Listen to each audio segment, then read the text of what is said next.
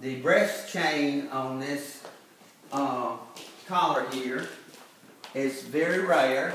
It was expensive to make. This thing here, it unhooked here and went through the tongue of a wagon or a buggy or something, had a catch on the end.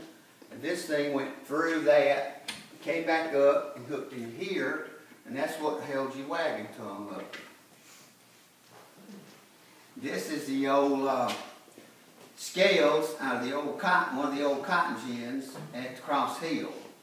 They would take your, set your bale of cotton down, clamp it, and then there's a key here. It had a rope on here. You pull this out from under the key and take the rope, and then take 4 or 5 men and pull the rope, put it back under and the key here, and then they would weigh the cotton with the key. This is the key that goes with it, but this one's much smaller. But wherever there's notches and numbers, and wherever it's stopped and balanced, that's how much your cotton bale weighs. And old time people,